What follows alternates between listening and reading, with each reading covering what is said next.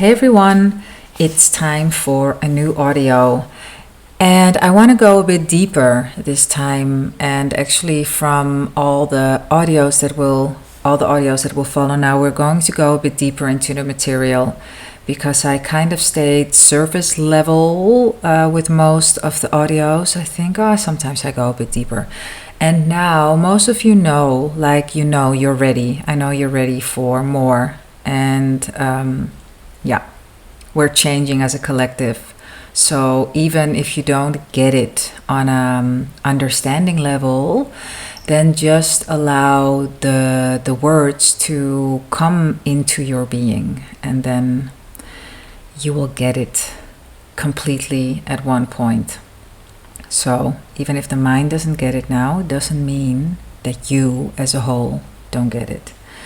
And before I go into the audio, you know, or maybe not, maybe you didn't watch the previous videos, that my book is done and it's up on Amazon for pre-order the 6th of October, which is in 2 days. Today's the 4th of October. It will be released on Kindle.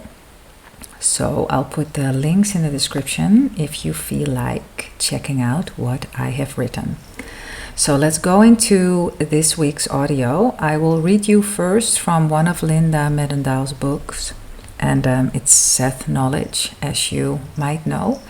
And then I will go a bit more into detail, like how you can apply this to your own life. And I'll also put a link in the description to a blog post that will be released on Wednesday that is on the same topic, but I took a different angle in the post. So let's go. Continuing the redefinition of the self.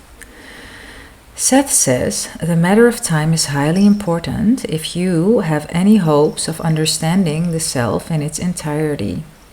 Why is that? Why would understanding time help us understand ourselves better?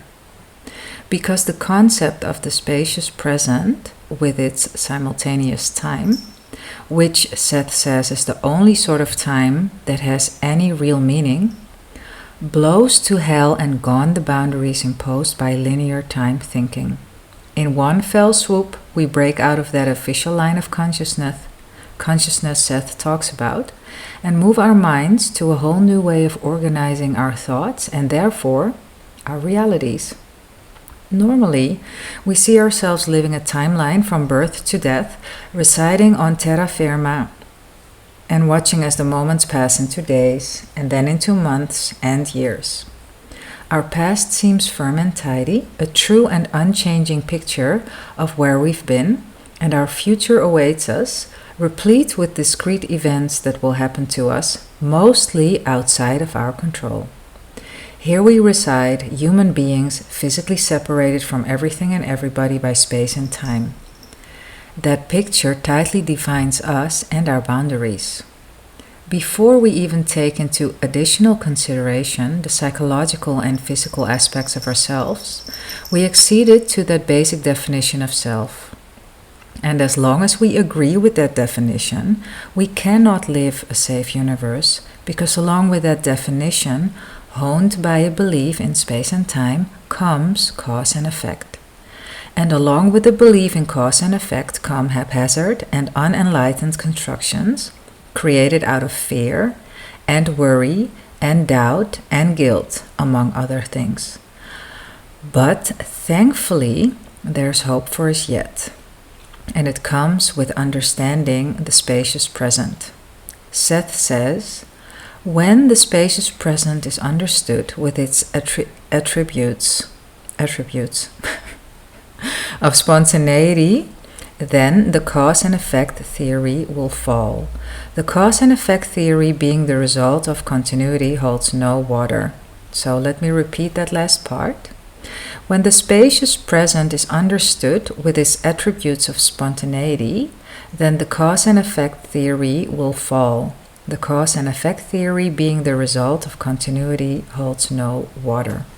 Okay, so let's get a bit deeper into this. So the main message in here is let go of linear time thinking.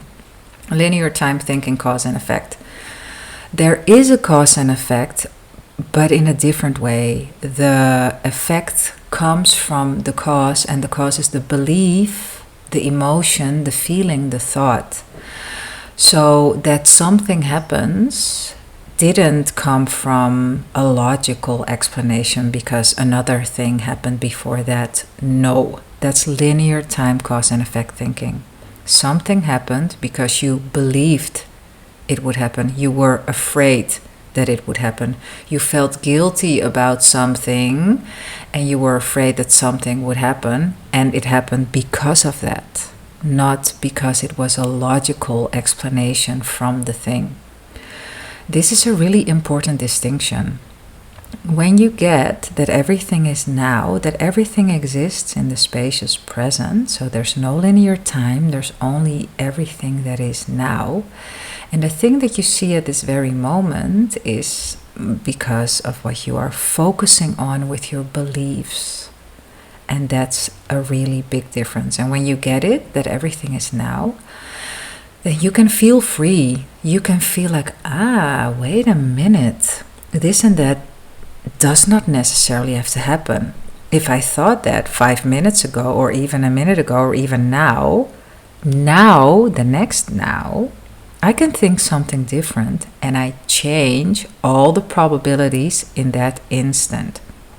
So everything that you experience is always coming from you, what you are thinking, what you're feeling and believing in this very moment. Your next moment is nothing else than based on this very moment. So whenever you are fearful of, let's take the topic of money. Whenever you're fearful of, I'm not sure if I have enough money to pay my bills at the end of the month, you are calling it into existence, because by your thought, you are actually telling to your reality, to your own bubble of reality, what you would like to experience. And it's not like, of course, as I would like to experience that, but this is how everything shows up. Everything you think about is a like. I like that. It's a desire. Even if you don't coin it, how would you say that? Even if you don't, I forgot the word. Even if you don't see it as a desire, it is a desire. So let go, like broaden the definition of all these things. Desire, like we see desire as only things that we want. But all that is, the universe, God, however you want to call it, sees everything that you think about as a desire. And it doesn't matter in which way you think. If it's negative, it's still a desire, because everything that you think about will be created, or is created actually instantly.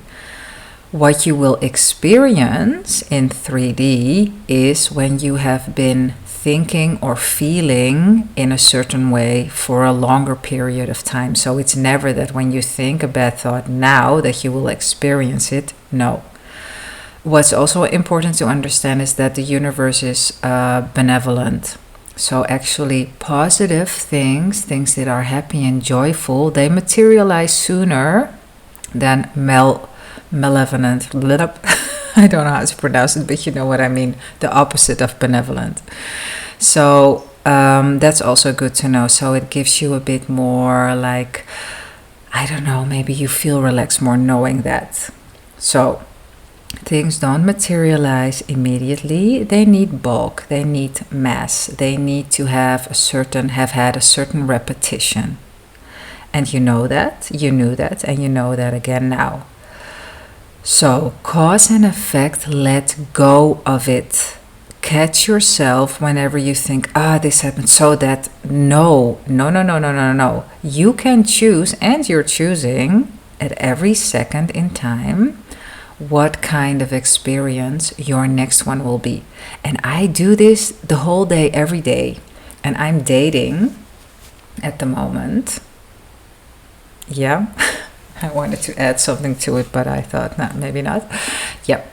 And I'm really catching myself constantly thinking, yeah, no, this isn't because of that. This is because I think, and I am really seeing the fruits of my instant change in thought, and how that immediately affects not only my state, of course, but also the experience that I have, the messages that come in, the behavior.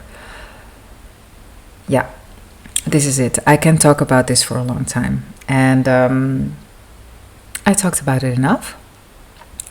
I wish you a wonderful day. I wish you lots of understanding around this, and I will talk much more about the spacious present and how you can really practically use this information and test this stuff for yourself. And you know that whenever you feel relieved inside of you, whenever you feel relieved inside of you, or relief, or like, then you know that you are thinking the right things and that you are residing in the right spot, that you can feel, because from that point you can feel the spacious present and you can feel the truth. And whenever you feel contracted, then make sure that you work on getting that contraction out of your body, because you're thinking something that is not true. Okay, now I'm really going. Wishing you a beautiful day, and I see you in the next one. Ciao, ciao.